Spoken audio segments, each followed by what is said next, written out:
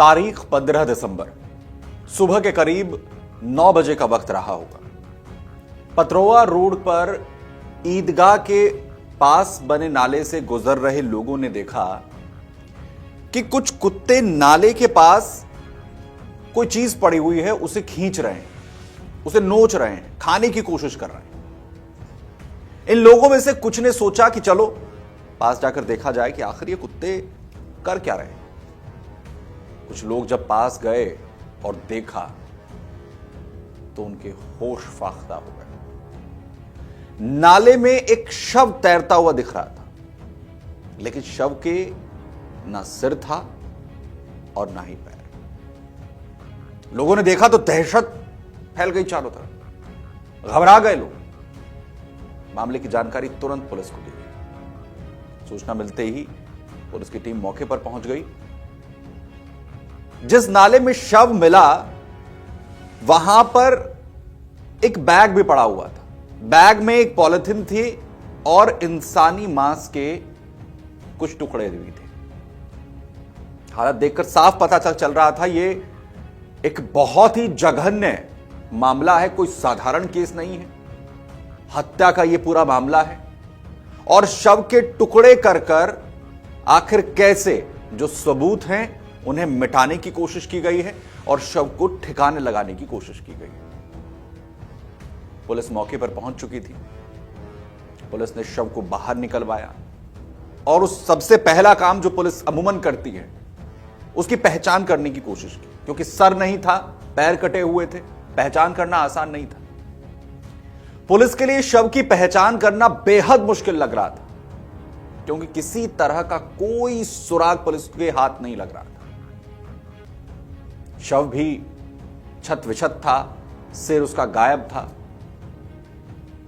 लेकिन पुलिस ने जैसे ही उस शव की जांच पड़ताल शुरू की, उस शव को देखा तो उसकी बाजू पर, एक हाथ पर एक नाम गुदा हुआ था। उस पर लिखा हुआ था राहुल।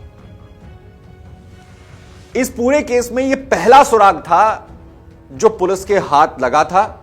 इसके अलावा कोई सुराग पुलिस के हाथ में नहीं था और पुलिस ने इसी सुराग के साथ इस पूरी घटना की जांच की शुरुआत की।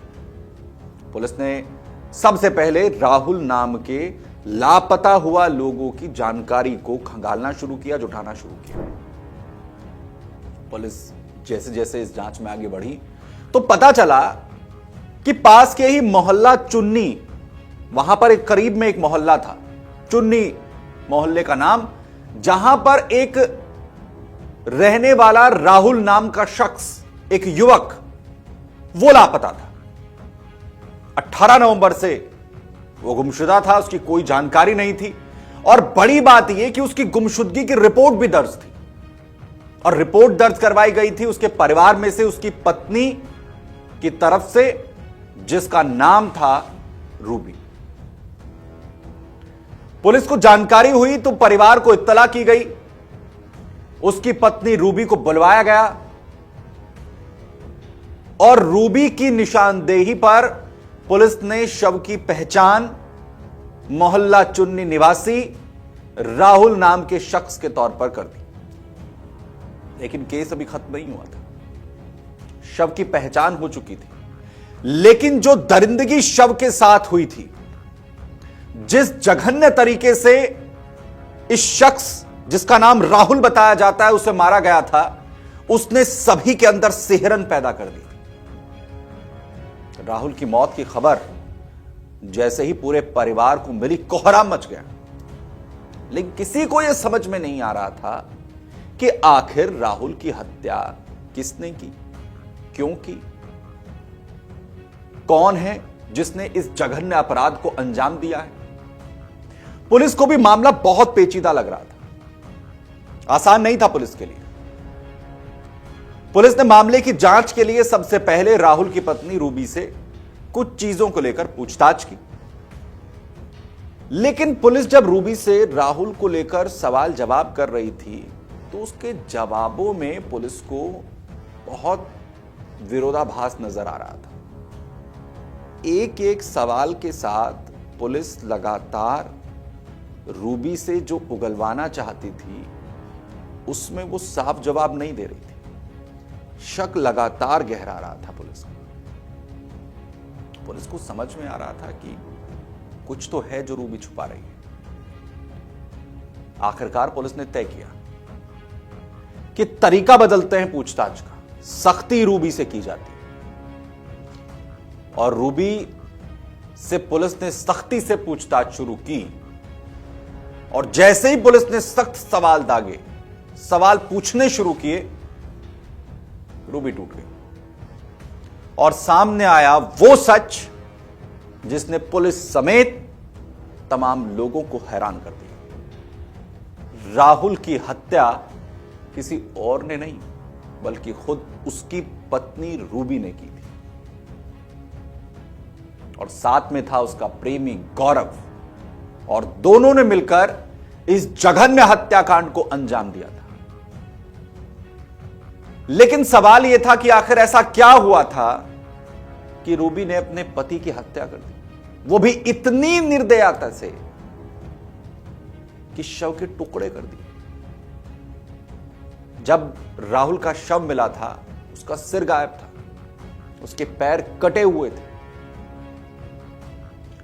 और हत्या के बाद उसके शव को छत विछत करने के लिए ग्राइंडर का इस्तेमाल किया गया था। पुलिस पूछताछ में रूबी ने बताया कि वो अपने पति राहुल के साथ मोहल्ला चुन्नी में रहती थी और इसी मोहल्ले में गौरव नाम का एक शख्स भी रहता था। पहले रूबी और गौरव की दोस्ती हुई और धीरे धीरे यह पहचान कुछ ज्यादा आगे बढ़ गई और प्यार में बदल गई। पहले तो सब कुछ ठीक था, लेकिन धीरे धीरे रूबी के पति राहुल को गौरव और रूबी पर शक होने लगा। उसने कई बार अपनी पत्नी को गौरव को लेकर सचेत भी किया था, लेकिन फिर भी गौरव और रूबी का संबंध खत्म नहीं हुआ। 18 नवंबर की रात थी। राहुल अपने घर पर मौजूद था, तभी गौरव उसके घर पर पहुंच गया। ऐसा अमूमन होता था, कोई अचंभित करने वाली बात नहीं थी। लेकिन इसी बीच राहुल से आंख बचाकर गौरव रूबी के साथ घर के दूसरे कमरे में पहुंच गया। राहुल को इस बात का बिल्कुल आभास नहीं था कि उससे आंख बचाकर गौरव उसकी पत्नी के कमरे में पहुंच गया है। उसे बिल्कुल नहीं पता था कि दोनों अलग कमरे में किस हालत में हैं, लेकिन उसे कुछ असामान्य सा लगा तो वो अपने कमरे से उठा और अचानक दूसरे कमरे में जाकर पहुंच गया। हिल गया वहां जाकर। अचानक दूसरे कमरे में पहुंचा तो दोनों आपत्तिजनक हालत में थे। दोनों को इस हालत में देखकर राहुल का गुस्सा फूट पड़ा। वो आग बबूला हो गया। उसने रूबी और गौरव के साथ मारपीट शुरू कर दी। उसने गौरव को पीटना शुरू कर दिया। उसने रूबी के साथ भी मार पिटाई की और उसे यह कहा कि वो मोहल्ले में उसकी बेइज्जती करते हुए उसे घर से निकाल देगा। पूछताछ जो पुलिस कर रही है उसमें गौरव ने बताया कि राहुल की धमकी और झगड़े के बाद रूबी बहुत घबरा गई थी। उसे लगा कि उसकी बेइज्जती हो जाएगी और इसीलिए उसने उसी रात राहुल को रास्ते से, यानी अपने पति को रास्ते से हटाने का प्लान बना लिया। उसने गौरव को राहुल की हत्या का प्लान बताया। उसने फोन किया और कहा कि राहुल को रास्ते से हटाना होगा। बदनामी से बचने के लिए सिर्फ ये एकमात्र उपाय है गौरव, हमें राहुल को मारना होगा। और बस गौरव भी रूबी के साथ इस हत्या को अंजाम देने के लिए उसके प्लान में शामिल हो गया। इसके बाद दोनों ने राहुल की हत्या का प्लान बनाया। उसी रात, जिस रात आपत्तिजनक हालत में गौरव और रूबी को राहुल ने देखा था, कहीं से एक लोहे की रॉड लेकर राहुल के घर पर गौरव पहुंचा और उसने जाते ही राहुल पर हमला कर दिया। एक जोरदार वार उसने राहुल के सिर पर किया चोट इतनी गहरी थी कि राहुल बेहोश हो गया। इसके साथ ही रूबी घर में रखा एक मूसल लेकर आई और उसने भी ताबड़तोड़ वार एक के बाद एक राहुल पर किए। इतने वार हुए कि राहुल को बेहद गंभीर चोट आ गई, जिससे उसकी मौके पर ही मौत हो गई। वो वहीं खत्म हो गया। दोनों का प्लान यहां तक कामयाब हो चुका, लेकिन अब सबसे बड़ी चुनौती थी कि आखिर अब राहुल के शव को ठिकाने किस तरीके से लगाया जाए। अगले दिन दोनों शव को घर में ही छोड़कर घंटाघर मार्केट पहुंच गए। वहां से उन्होंने प्लास्टिक की एक पॉलिथीन, एक पन्नी खरीदी, 2 बड़े बड़े बैग खरीदे। दोनों को यह डर था कि अगर शव की पहचान उजागर हो गई तो दोनों फंस जाएंगे, और इसीलिए गौरव ने एक और साजिश रचने की प्लानिंग की। गौरव ने एक मिस्त्री के यहां पर जाकर एक ग्राइंडर खरीदा, वो किराए पर लिया। गौरव ने घर में ही ग्राइंडर की मदद से राहुल की गर्दन काट दी, उसके पैर काट दिए, उसका धड़ उसके सर से अलग कर दिया, जिससे भी किसी भी तरीके से अगर किसी को यह शव मिल भी जाए तो उसकी पहचान ना हो। दोनों ने पहले कटे हुए सिर और उसके पैरों को जो 2 बैग खरीदे थे उसमें से एक बैग के अंदर रखा। फिर राहुल का जो मोबाइल था वो भी उसी बैग के अंदर रखा, और फिर इस बैग को स्कूटी से ले जाकर राजघाट गंगा का जो पुल है गंगा नदी पर, वहां पर जाकर उसने फेंक दिया। और इसके बाद बारी थी राहुल के धड़ को ठिकाने लगाने की। सिर ठिकाने लग चुका था, धड़ अभी भी बचा हुआ था। दूसरा बैग तैयार किया गया, इसमें राहुल का धड़ रखा गया और इसे उससे दूर पतरोआ रोड पर ईदगाह के पास नाले में फेंक दिया। और इसके बाद दोनों ने खून से जो सने हुए कपड़े थे राहुल के, और इस हत्या में जो उनके खुद के कपड़े इस्तेमाल हुए थे, वो सभी को एक सुनसान जगह पर ले जाकर जला दिया। यानी पूरी तरह से सबूत मिटाने की पूरी साजिश दोनों की तरफ से की गई। दोनों को यह लग रहा था कि उनकी प्लानिंग तो कामयाब हो चुकी है, सारे सबूत पूरी तरह से मिटा दिए गए हैं। लेकिन कहते हैं ना कि अपराधी कितना भी शातिर हो, कोई ना कोई सुराग वो छोड़ ही देता, और इस मामले में भी ऐसा ही। 15 दिसंबर को नाले में जो शव बरामद किया गया था उसके हाथ पर राहुल नाम लिखा हुआ था, और इसके बाद पुलिस ने इस मामले में जब कड़ियां जोड़नी शुरू की, छानबीन शुरू की, यही वो सुराग निकला जो रूबी और गौरव के ताबूत में आखिरी कील साबित हुआ। और गौरव, रूबी सलाखों के पीछे पहुंच गए। फिलहाल पुलिस ने रूबी और गौरव के खिलाफ मुकदमा दर्ज कर दोनों को गिरफ्तार कर लिया है। इसके अलावा पुलिस ने आरोपियों की निशानदेही पर कई हत्या में इस्तेमाल जो सामान हैं वो भी बरामद किए गए। वो स्कूटी बरामद कर ली गई जिस पर राहुल के शव को बैग में ले जाया गया दफनाने के लिए, फेंकने के लिए। वो स्कूटी मिल गई है। दोनों को कोर्ट के सामने पुलिस ने पेश किया है, जेल भेज दिया गया है।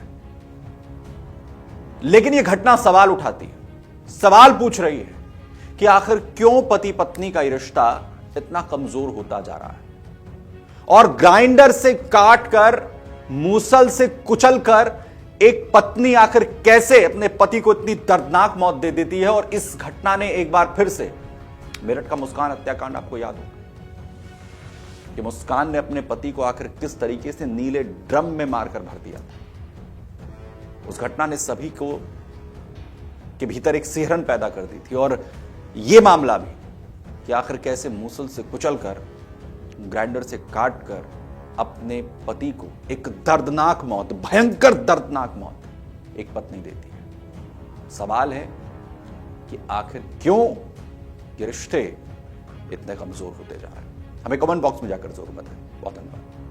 अगर आप ये वीडियो YouTube पर देख रहे हैं तो हमारे चैनल को सब्सक्राइब कर बेल आइकन दबाएं, और Facebook पर देख रहे हैं तो हमारे पेज को लाइक करें।